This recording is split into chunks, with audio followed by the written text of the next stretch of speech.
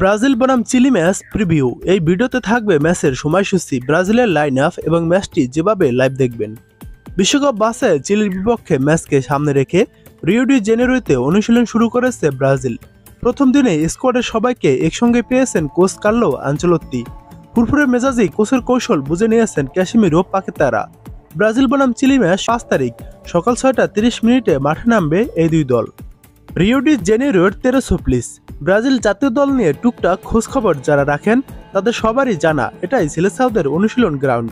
বিশ্বকাপ বাছাইয়ের শেষ দুই ম্যাচকে সামনে রেখে আবারও ফুটবলারদের পদচারণায় মুখর তেরোসোপ্লিস। চিলির বিপক্ষের ম্যাচের আগে আনুষ্ঠানিক প্রস্তুতি শুরু করেছে 5 বারের বিশ্ব চ্যাম্পিয়নরা।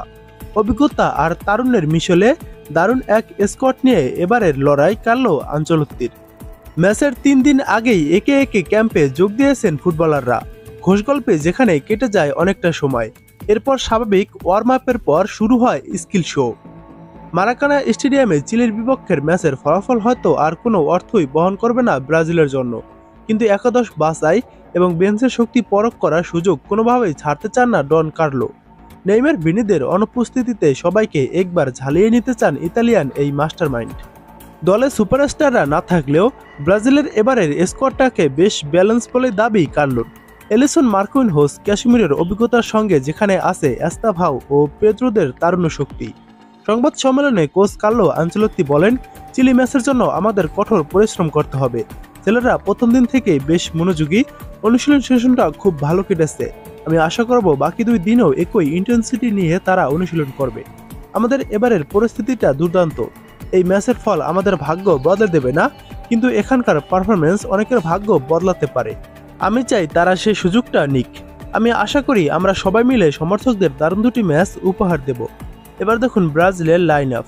যেই একাদশ আনচেলত্তি আজ অনুশীলনে খেলিয়েছে সেই একাদশটাই চলুন এবার দেখে নেই। যেখানে গোলরক্ষক হিসাবে থাকতে পারেন এলিসন বেকার এবং ডিফেন্ডার হিসেবে থাকবেন 4 জন।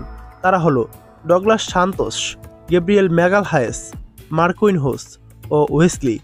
চিলির বিপক্ষে এই 4 জনই থাকতে পারে ব্রাজিলের ডিফেন্ডার এবং মিডফিল্ডার হিসেবে থাকবেন 2 জন। তারা হলো ব্রুনো গুইমারেস ও ক্যাসিমিরো। এই 2 জন হলো ব্রাজিলের মিডফিল্ডার চিলির বিপক্ষে। এবং ফরওয়ার্ড হিসেবে থাকতে পারে 4 জন।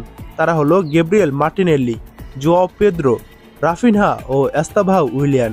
এই 4 জন চিলির বিপক্ষে ফরওয়ার্ড লাইনে থাকতে পারে।